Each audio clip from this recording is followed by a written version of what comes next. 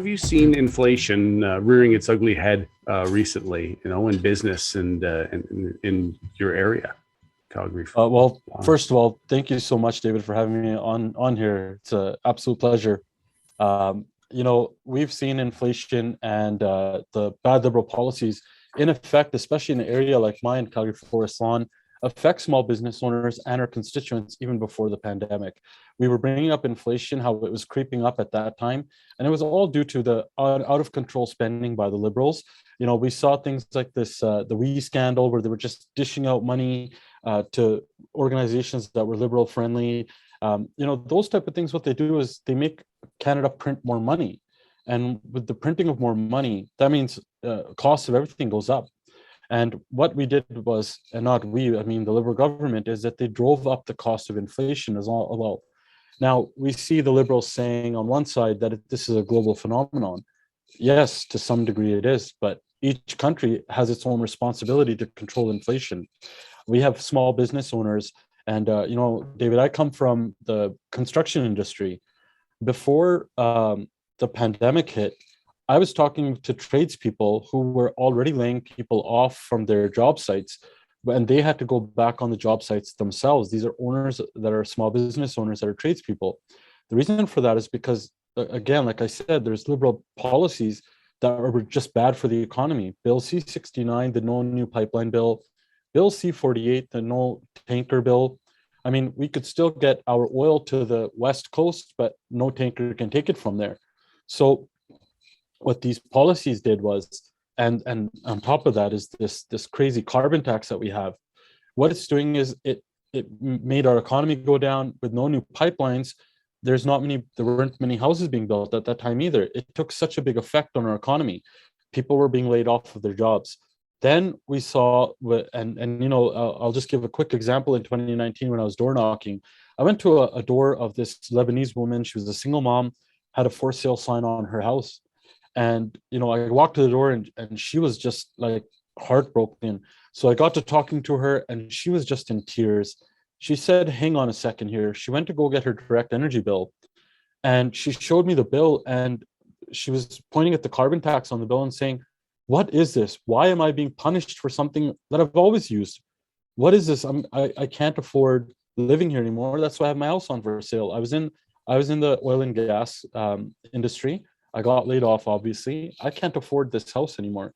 So not only do we see the Liberals with bad policies hurting our economy, especially of those that are in my riding of Calgary Forest Lawn, but they're making things more expensive by introducing a carbon tax on April the 1st.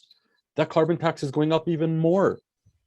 So to say that, back to your question about how is it rearing its head, it's been rearing its head. This is not something new. They continue to kick Canadians. They continue to kick our energy sector down. And what they're doing is they keep printing money and all the cost of everything is going up. It's so hard. And you know what? The most vulnerable people that are in Canada are the ones that are most affected. We see seniors. We see the ones that, newcomers, people in Indigenous communities and, ethnic communities. They're suffering the most by these bad Liberal policies. Yeah, it's absolutely. And Trudeau was just asked in Europe if he's going to reduce or stop that increase. And we gleaned from it that the answer is no. It's a full steam ahead. So it's still going forward, even though it's aware. So what do you think the government has at its disposal to help in inflation for local, like for immigrants that are coming in and citizens that are born and bred here? What have you? I'm an immigrant to this country. Canada has given me and my family everything. We're so grateful for this country. I don't see today that newcomers and immigrants have that same light that they could succeed under this Liberal government. There was a very concerning fact last year that came out that 50% of refugees are living in poverty. And that's so concerning. And now we see the cost of everything rising, inflation going up. Home ownership is just impossible for people, especially newcomers. Some people, with the way that they're earning their salaries, it could take up to 30 years to save up for a down payment on a house. So what the government can do They need to stop printing money. We need to get rid of the red tape. Like I said, I'm from the construction industry. We need to get big projects built now. We need to create investment, and we need to bring in more investment that creates jobs. This government had a great project on their table. It was the Frontier Mine project that was supposed to be approved in 2020. This project died on the cabinet table of the Liberal government. And it just goes to show that job would have brought 8,000 jobs right here to Alberta. And our economy could have been booming. But again, due to bad Liberal ideology and policies, they canceled that project right then and there. Even though the company had said that, they made the decision to do it, they saw what was coming up, and the Liberal government moved the goalposts all the time. So again, they need to get rid of red tape. They need to get out of the way, let these projects get built. Our energy industry is the most ethical, sound, the most, we have the best standards here in Canada, and we need to make sure that we're standing up for our energy industry. And what that does is we can see more houses being built. That would also alleviate the housing crisis that we have today, because we need to build, we don't have enough supply. Our Conservative Party in our platform, we were going to build 1 million new homes. And what that would do is drive the costs down, and we need to bring more competition in. When we look at immigration, we need to have a better system. There's almost 2 million in backlog right now. This is a historic level that the Liberal government has not addressed. We also have a labor crisis going on in this country where small businesses are suffering a lot. So we could definitely use a better, streamlined, efficient immigration system to help fill up the gap for small business owners. And that would help the Canadian economy as well. And on top of all of that, we also see that we need to lift these mandates that are unscientific now. We need to have people wanting to come to Canada. Our tourism sector has been suffering for a long time. We need to show them hope, because more than anyone else, women are disproportionately affected the most in the tourism industry. So we need to lift the mandates, have better supports, get our economy open, start supporting our Canadian local economy, and that'll help some of the problems that we're seeing today.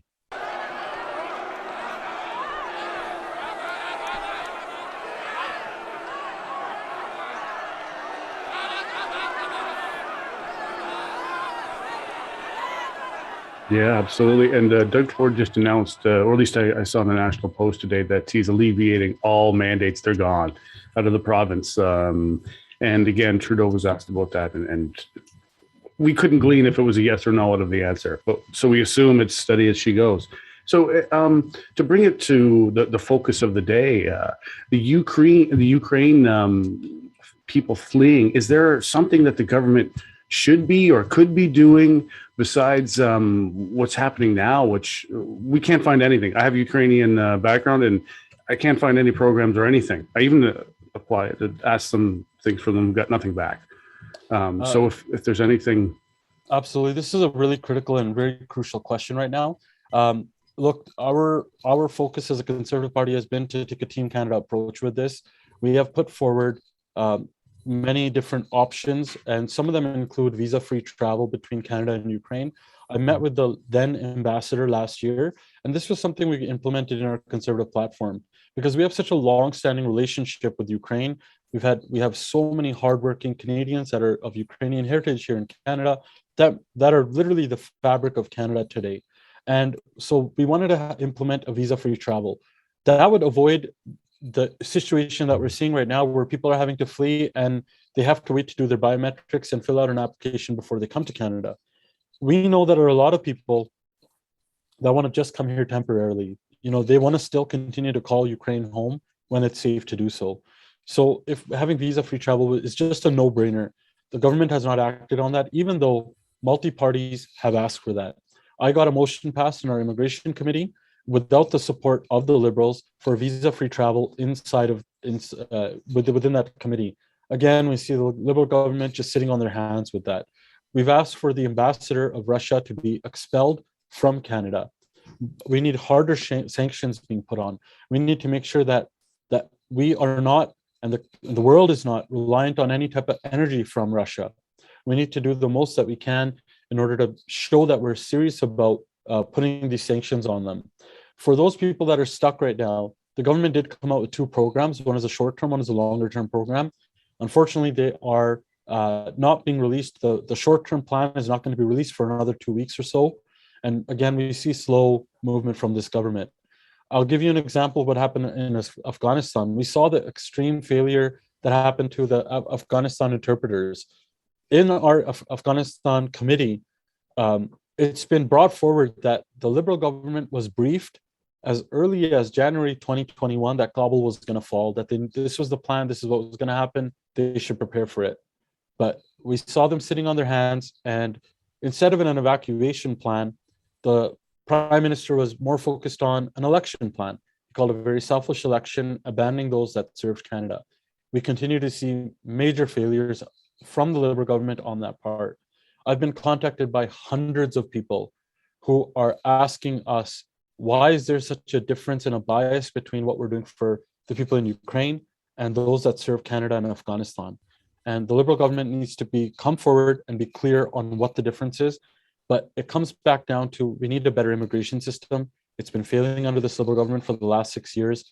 We need to help those that want to come to Canada. Canada has always been a champion and a safe haven for those asylum seekers and refugees that seek refuge here in Canada. What could be like the latest, what do you see as the end of this inflation? Like with the way we have the Liberal, is there going to be an end to it, or do we have a good question, David. People don't see an end to this type of spending because, as we heard from the Prime Minister himself, first he quotes himself as saying budgets will balance themselves. We obviously know that's not true. And then on the other side, he also says he doesn't think about monetary policy. And when you have someone with the kind of bank account and the kind of the millionaire that he sits on, of course he's not going to think about everyday Canadians. And so we need to make sure that we keep pushing this government. We do not see an end to this spending. You know what a great way for us to be able to get our economy booming is? Why not start focusing on our energy here? This situation in Ukraine has really highlighted the fact that we need to get our pipelines built. The Liberal government canceled Northern Gateway. They canceled Energy East.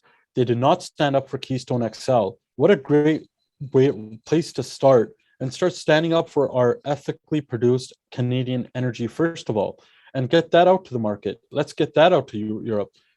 Build that pipeline to the Keystone XL to the US.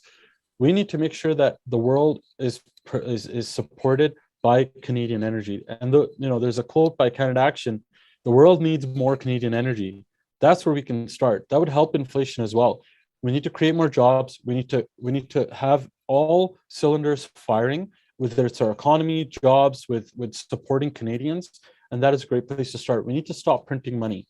We need to make sure we get our costs under control, and we need to make sure that we're supporting Canadian companies first and helping them survive.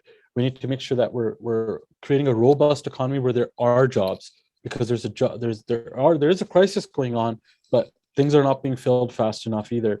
But we need to also make sure that we're helping our entrepreneurs, our small businesses, that we're not putting red tape in front of them. All these factors will help that inflation rate. And like I said before, we need to build homes. Government needs to get out of the way with the red tape. We need to have big projects being built here in Canada, and we need to support the housing industry the same way, by making sure we have enough supply so that people are able to see that home ownership in Canada. Make sure that the cost of living is out of control because of the way this government has been spending. We need to bring those costs down for Canadians so that they are able to spend money on things like tourism and those type of areas. So there are a lot of things this government needs to do. And Canadians are tired of the platitudes, of just the gaslighting. We need to get to work. We need to work together to make sure that we're supporting Canadians. Yeah, outstanding. MP Raj Singh Hassan, thank you kindly for coming on the show. I appreciate it. And if you would be willing at all to come back again, would be outstanding. Of course. Thank you so much for the time, David. Appreciate it. I appreciate it. I just